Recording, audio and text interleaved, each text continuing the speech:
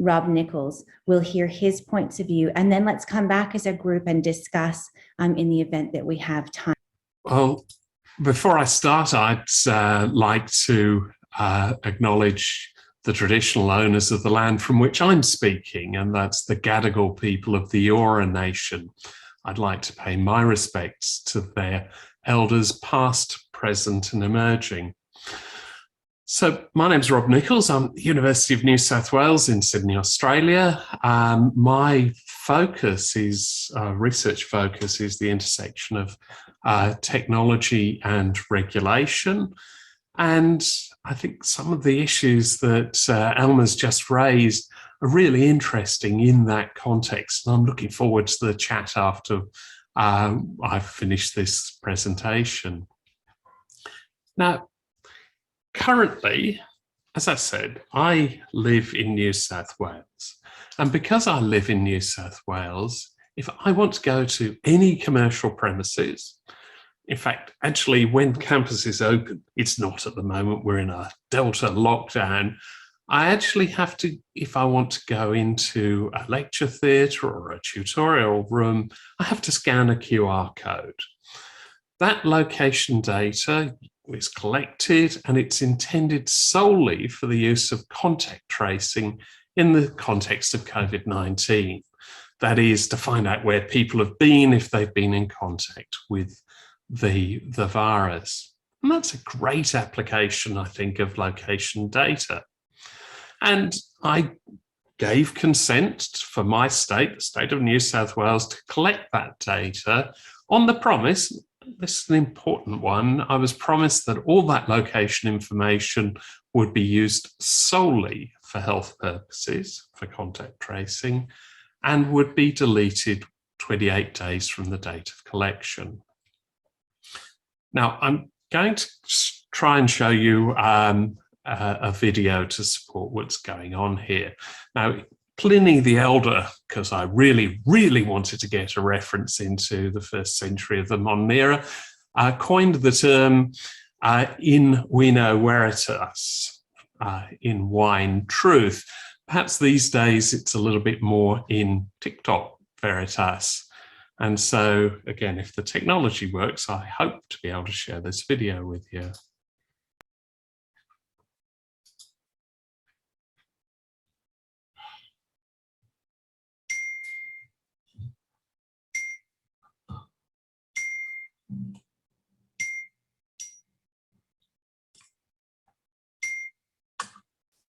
How's your... Hello, hello. Ah, there we go. Oh, doing there. Oh, here we go, here we go. Oh my God, let me hold, please. You know what to do. Oh, that's right. There you are. Hey,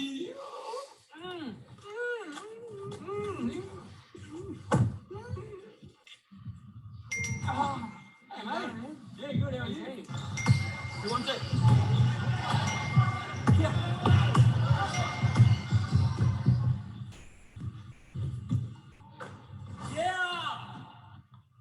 What's wrong?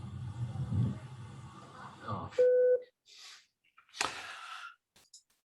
Hopefully, my attempt to ensure that the original Australian was modified by having a beep wasn't too much of a distraction.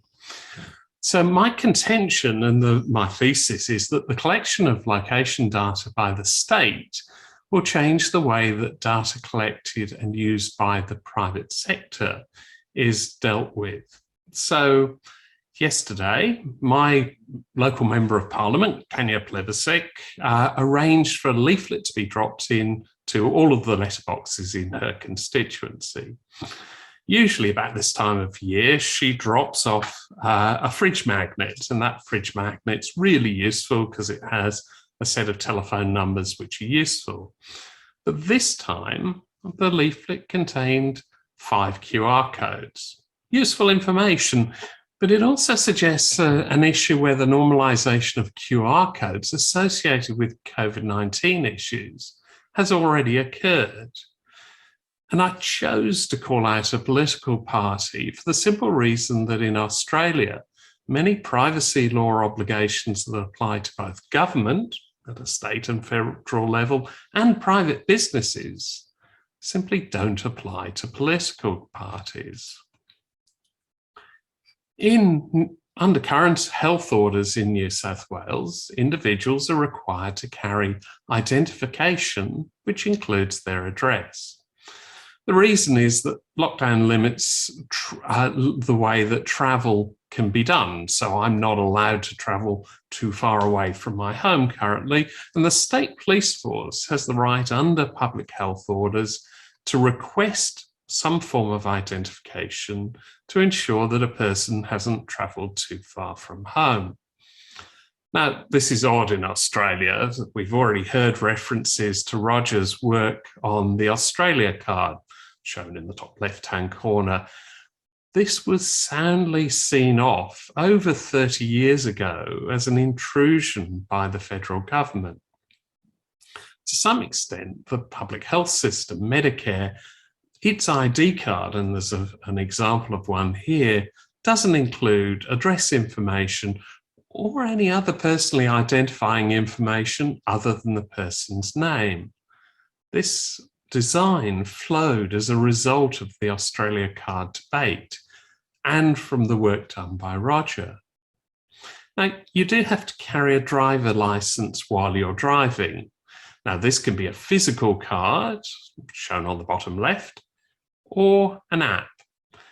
Well, it's an app in New South Wales, it's not in all of the states, but ironically, the app is the same app that you use if you're doing a QR code check-in. I think one of the things that's changed as a result of the pandemic is the application of this technology.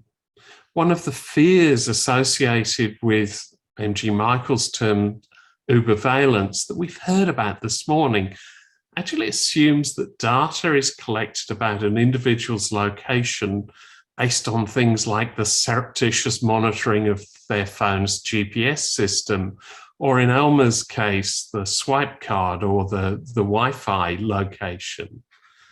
But instead, in New South Wales, where I am, the state knows where I am from time to time based simply on the location of the places I've visited and the time associated with that visit. In effect, we have UberValuation by consent, even if that consent is limited to the context of health. Sadly, what I think we're seeing is a normalization of the sharing of location data, and that's driven by a requirement of the state.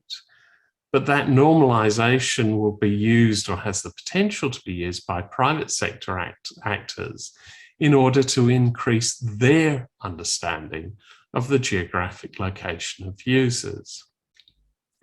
So the use of QR codes and a requirement to carry identification create a complex regulatory environment where governments at multiple levels are engaged in activities that might be prohibited in the private sector.